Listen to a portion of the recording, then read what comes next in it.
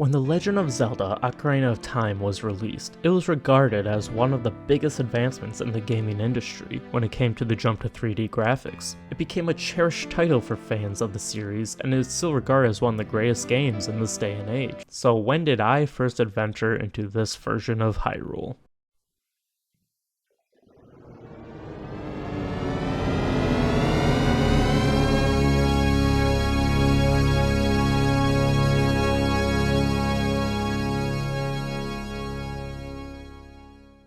My first official playthrough of Ocarina of Time kicked off unintentionally 7 years ago.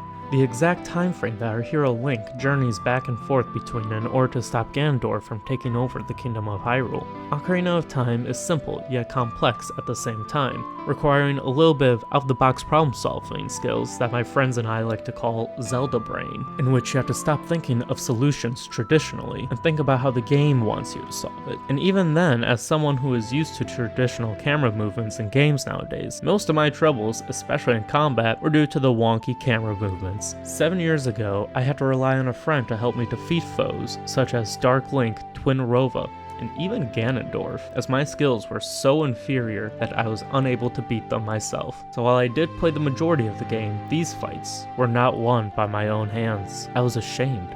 I was embarrassed.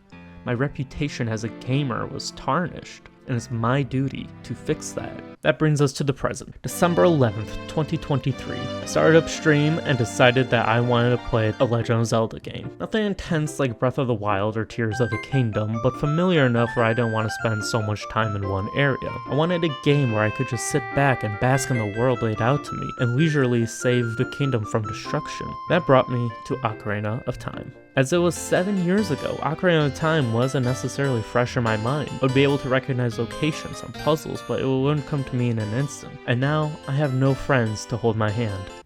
That phrasing sounds really depressing. And now I sit alone to conquer this demon. Okay, that's not any better. I just want to be able to say I beat this game myself. Enter the Great Deku Tree, the game's first dungeon. Design-wise, I think it works wonders as a beginner's tutorial. It doesn't outright tell you how to navigate and solve its puzzles. It allows you to play around to see what works and what doesn't. Climbing vines, pushing objects, locked doors, these all matter to this dungeon and eventually the rest of the game. There's always one part I always tend to struggle with in the tree. In my first playthrough, I was just ignorant and didn't understand what the game wanted me to do with the giant web in the center of the tree. And in this playthrough, I just straight up missed completely. Me missing it made me think I did something wrong and I required a burning Deku stick to move forward. But another jump made me realize that I am really just that bad at the game. Despite the Great Deku Tree acting as the game's tutorial being the literal first dungeon of the game, I still find Dodongo's Cavern to be the easiest dungeon of the game, at least in terms of puzzle solving. Combat is another story, as it's filled with Lizalfos, Dodongos, and my least favorite enemy of the entire Zelda franchise, Keese. These annoying bats are more manageable in the newer games, but in these older games, well, they're the reason I got my first game over. The Dongos, on the other hand, are fairly easy to defeat, but I don't know what it is about a ticking bomb in my hands that makes me panic and throw it prematurely and nowhere near my intended target. Most people say that's a me problem, or the kids call skill issue, and I'm okay with that. This skill issue is the main reason I struggled with King Dodongo, but other than that, easy boss. Now, I'd like to state for the record that Jabus Belly is probably my least favorite Zelda dungeon of the entire series. Not just in Ocarina of Time, but throughout all Zelda titles. Most fans love the deity's derpy little face. I too can appreciate his appearance. It's what's on the inside that I despise so deeply. Think of it as you're dating someone just for their looks and not what makes them special as a person. Because you know deep down you just won't be able to stand the thought of being with them for an extended period of time. They exhaust you, they agitate you, they perturb you. It just wouldn't work out between the two of us. I'm sorry, Jabu. It's not you. It's me. Well, maybe it's both of us. My issues with Jabus Belly range from many things, whether it be the escort missions where I have to physically carry the person I'm trying to guide through the stomach and make sure they stay on the button. Again, this part kind of my fault as I didn't know I could just drop Rudo onto the button. The psychedelic ebb and flow of the walls that line the hallways do not help with navigating here either, especially since at the time of streaming this I was recovering from vertigo, which made it all the more painful to deal with. One of my biggest halt in progress came from the colorful uvula looking things. I didn't realize I had to be right next to it in order for it to keep attacking me. God forbid I'm a little cautious and defensive. But the worst part about this dungeon are the bosses. The mini-boss of the giant Octorok was such a pain in the butt to deal with. I'm sure there's an easy way to defeat him, but the overall design of this fight is bad. I don't think such close quarter fights are good design-wise, as it limits a player's mobility, which is a huge factor in combat. Does it require you to use more strategy and skill? Sure. But there are better ways to go about doing a boss like this. And then pretty much right after that we have to deal with Baronade. Now if the main gimmick of the dungeon is to hit multiple parts of an enemy or hit them from far away with the boomerang, I should be able to do that, especially when I lock onto the target. But if lock on and the boomerang doesn't do what I want to do, well, am I really the one to blame for my poor performance in this boss fight? Maybe it's a good thing Ganondorf destroyed the world and got rid of Jabu and his infested belly. Oh yeah, Ganondorf destroyed the world. Maybe we should go take care of that. Which puts us on the path to the Forest Temple. This haunted mansion didn't prove to be too difficult, even for the likes of me and my incompetence. My only real struggle was killing the two Stelphos simultaneously, as well as destroying the Purple Poe, which I could have been fine with had I thought about this encounter more. But I wasn't in the right frame of mind the day I went through this temple. And if I struggle with one ghost, you'd think I'd struggle with the boss being Phantom Ganon, but that is not the case. Sure, he's at me a few times here and there, but overall this guy was no big deal. Makes me think Ganondorf will be a piece of cake, just like with the Fire Temple. Here are the top 3 things that gave me any real trouble within this fiery domain. Starting with number 3 are the flare dancers. We all know how my bomb accuracy was from Dodongo's Cavern, so this should come as no surprise. I also didn't realize I could destroy their flare with the Megaton Hammer until after I ran out of bombs. Granted, you only fight the last one after obtaining the hammers, so that knowledge wouldn't be that prevalent at the time. At number 2, we have the spiral path leading to the Megaton Hammer. What can I say? Narrow pathways that twist and turn aren't my specialty, especially when I'm on a timer to reach the chest before a wall of flame blocks my path. It took me way too many tries to do this, and I can't say I'm too proud of that. And finally, at number 1, you know him, you love him, I'm not even sure if it is a him, it's Volvagia. Apparently a very beloved boss amongst the Zelda community. It might just boil down to my own stupidity, as I wasn't sure if I had to bash its head in with the hammer, or if I just needed to use the old reliable Master Sword. It ended up being a hodgepodge of both that took down the dragon, but I can't say that I enjoyed this fight too much. I'm going to get so much hate from Zelda fanboys, and I've accepted my fate at this point. Now just like any day up here in the good old Midwest, we can go from scorching hot summer to freezing cold winter in the matter of a couple hours, which brings us to the Ice Cavern. First, I bask in the glory that is the apparent death of Jabu, rest in peace, but hopefully pieces. And what do I get for making these rude comments? The return of my absolute favorite enemy in any video game, Kisses. Upgraded to their ice variant, they can now freeze and do more damage. Somehow they made the most annoying enemy in the game even more annoying. The keys were the main problem in the cavern, aside from having to backtrack to obtain more bottles, which proved useful in the long run anyway. Ice Cavern was pretty cool. Any discourse in regards to Zelda games puts the Water Temple to shame. Whether it be the constant re-equipping of the iron boots, the repetitive changing of the water levels, or having to explore every nook and cranny just to find everything you need. Despite all of that, I thoroughly enjoyed the Water Temple. Ocarina of Time Water Temple is actually probably one of the most enjoyable water temples in the series for me. The only other one that beats it is probably the Ancient Cistern from Skyward Sword, both of which are leagues better than the Lake Bed Temple in Twilight Princess and the Water Temple in Tears of the Kingdom. I said what I said, and I stand by it. However, it is with great shame that I must confess to something. My whole intro was to talk myself up, saying I could beat this game by myself, that I didn't need to hand the controller off at any point to make progress. There is indeed only one part of the game that I need to hand the controller off for someone else to do. Dark Link. A little background into my playstyle for games is I have a swing first strategy later mentality. And that is not the mentality you need to face this boss. I tried, okay? I tried. I listened to the tips given to me, I took my time, I tried different approaches, but nothing I did allowed me to conquer my inner demons.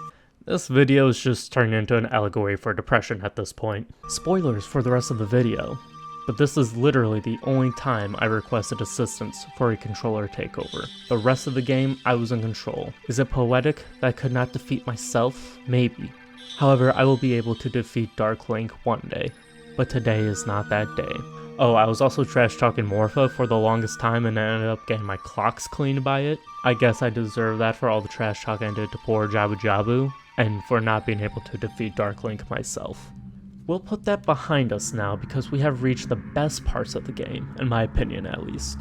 These last 3 dungeons are by far my favorite, so let's see how badly I screw them up. We begin with my favorite dungeon of the entire game, the Shadow Temple. The eerie atmosphere, the messed up lore behind the dungeon, how the entire gimmick of it is not everything as it seems. It's all great. The first little maze kind of gave me a little trouble. I had no sense of where I was going, it was pretty much guess and check until I got my face grabbed by a hand on the ground. Who knows? Maybe I'm into that. The one thing that ruins the Shadow Temple for me are the hover boots. Conceptually, they did a great job with them, but it's just not a fun mechanic for me personally. I just needed to mention that for my own sanity. Next to Keys, the Wall Masters are my least favorite enemies to deal with. Not only are they just freaky, crawling severed hands, but they split in half, grow again, and have the capability to take you to the front of the dungeon. There's also apparently some music cues to alert you to their presence, but my game volume was low enough where I never heard them, so it was even more creepy for me when they popped out of nowhere. They briefly appeared in the Forest Temple, but they didn't cause me too much trouble back then. Despite all these flaws that the Shadow Temple has, it houses my favorite boss, visually, aesthetically, Bongo. This is a demon who lives deep under a graveyard, and he just wants to play with his bongo. I'm not sure if that sounded dirty or not, but we're gonna roll with it. Combat-wise, you guessed it. My failures lie with my poor camera controls. Also, my reaction times were awful to the point where I just stand there and wait to be grabbed by his ginormous hands. This boss is one big skill issue for me, but it's okay. I could never be mad at my boy Bongo.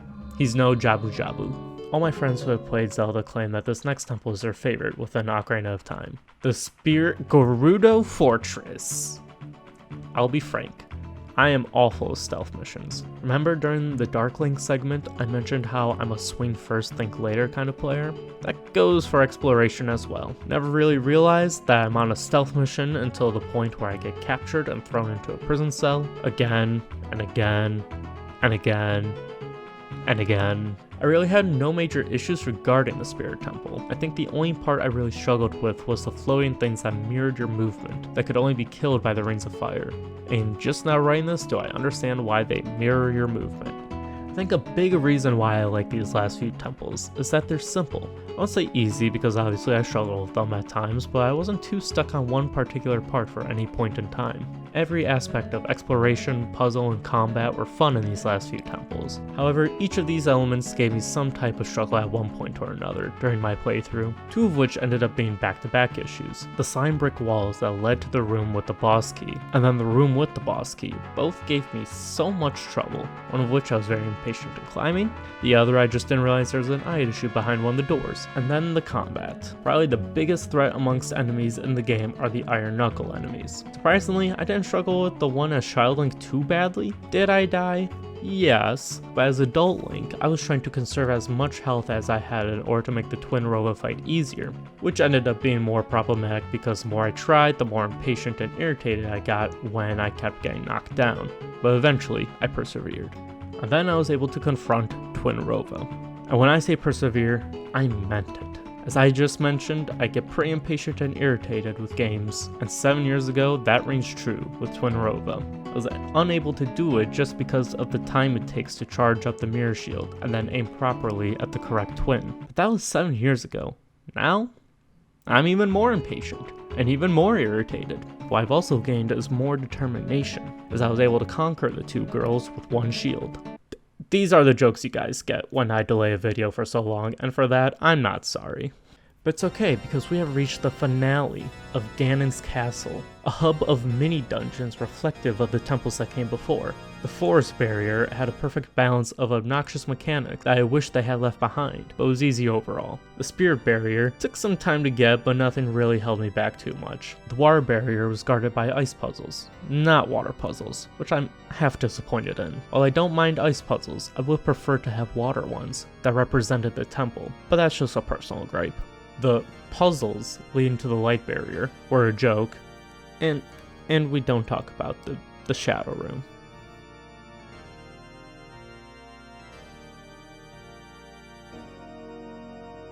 All that was left between the King of Evil and myself was a giant tower filled with the most dangerous enemies Ganondorf had at his disposal, the Zulfos. Easy. I was worried with the Stelfos that was going to be similar to the Forest Temple, where I had to kill both within a small time frame.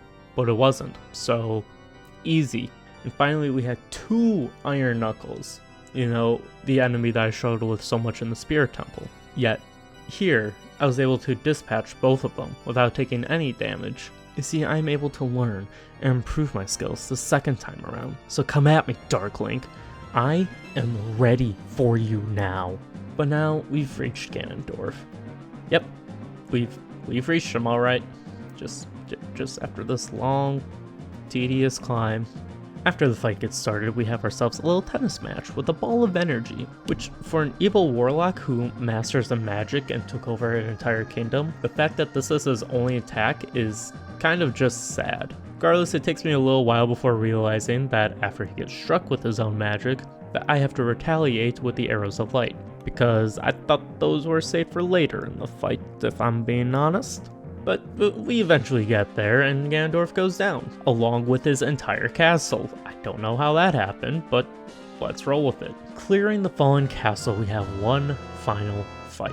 For as dark, massive, brooding, and threatening that Ganon is, his fight is super trivial, and I have finally beaten Legend of Zelda, Ocarina of Time, all by myself.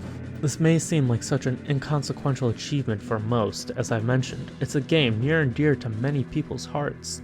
But as someone who only recently started playing Zelda games, and for it being me, who struggles with the simplest things, I'm proud that I was able to do this all on my own. Yep, completely on my own. No help at any point in the game whatsoever.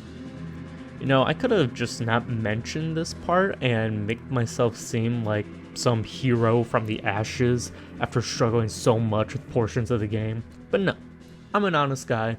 I admit to my faults, and this, my friends, is only the first of many. I feel like this whole video was more of a therapy session than about a video game.